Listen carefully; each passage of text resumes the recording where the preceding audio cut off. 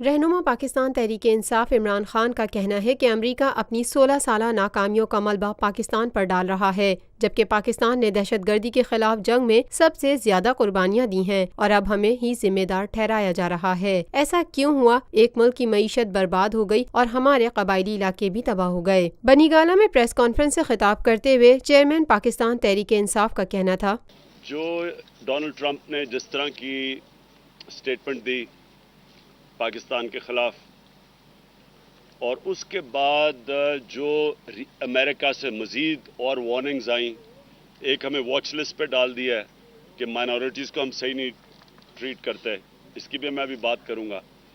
اور اس کے علاوہ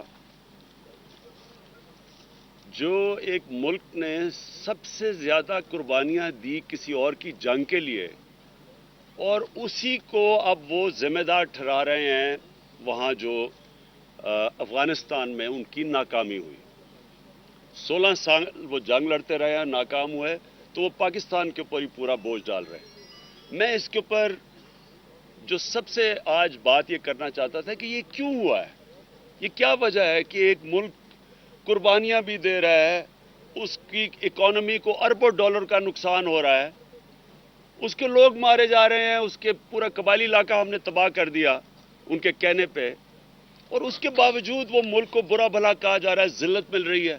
وکی لیکس کے انکشافات کے حوالے سے نواز شریف کو تنقید کا نشانہ بناتے ہوئے عمران خان نے کہا، تو میں آپ کو بتانا چاہتا ہوں کہ وکی لیکس میں کیا چیزیں سامنے آئیں۔ نواز شریف امریکن سینیٹر کو کہہ رہا ہے، یہ سنیں ذرا، یہ تھے تب پنجاب میں ان کی حکومت جب ممبئی کے اٹیکس ہوئے، تو امریکن سینیٹر کو کہہ رہا ہے جو وکی لیکس میں جو بیان کیا جا رہا ہے کہ جو ممبئی کے اٹیکس تھے وہ پاکستانیوں نے کروائے تھے اور میں ان کے خلاف اسٹرکٹ ایکشن دوں گا۔ امریکنوں کو کہہ رہا ہے، وہ سینیٹر اس کا چاچا لگتا تھا۔ پھر یہ کہتا ہے، انہیں کہتا امریکن امبیسڈر کو کہ دیکھیں ہمارا آرمی چیف اسلم بیگ نہیں مان رہا تھا وہ جو گلف وار میں اپنی پاکستانی فوج بھیجنے کے لیے، میں نے زور لگا کے فوج بھجوائی ہے۔ یہ امریکن امبیسڈر کو کہہ رہا ہے، یہ پاکستان کا پرائم منسٹر تھا تب، کہ ہمارا آرمی چیف نہیں مان رہا تھا فوج بھیجنے کے لیے، میں نے زور لگا کے فوج بھجوائی ہے آپ کی خدمت کرنے کے لیے، آپ چاہیں تو میں آپ کے جوتے بھی پالش کر دوں گا۔ چیئرمین تحریک انصاف نے شہباز شریف کو پاکستان کا سب سے بڑا ڈرامے باز قرار دیتے ہوئے کہا، یہ ذرا غور سے سنیں، جو کہ پاکستان کا سب سے بڑا ڈرامے باز ہے شہباز شریف، یہ کیا کہتا ہے؟ یہ ذرا سننے والی چیزیں، یہ انہیں کہتا ہے کہ جماعت الدعویٰ کا ایک طرف یہ سارے انہوں نے کس طرح کے رانا ثناء اللہ، انہوں نے کس طرح کے ایکسٹریم گروپس کو پالا ہوا ہے ایک طرف، اور امریکنوں کو کہتا ہے کہ یہ جو جماعت الدعویٰ ہے نا، کہتا ہے ان کے جو ہسپتال، مدرسے اور جو نیٹ ورک ہے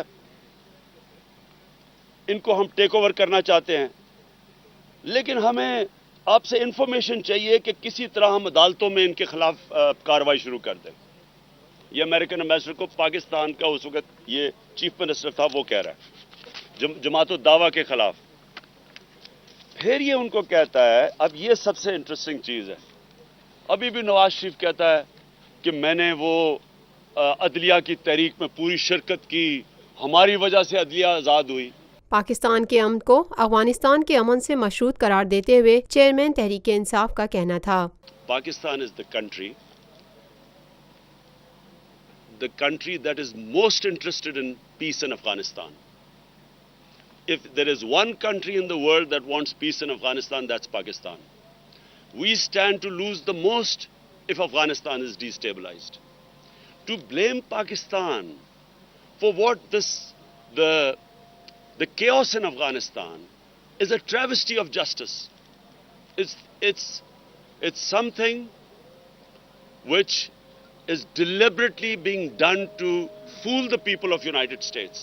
It's misleading the people of the US of the reality that how is it possible that just a few thousand insurgents from Pakistan are responsible for 16 years of NATO, at one point 150,000 NATO troops not winning, 200,000 plus Afghan army, and 150,000 NATO not winning in Afghanistan just because few thousand insurgents went from Pakistan?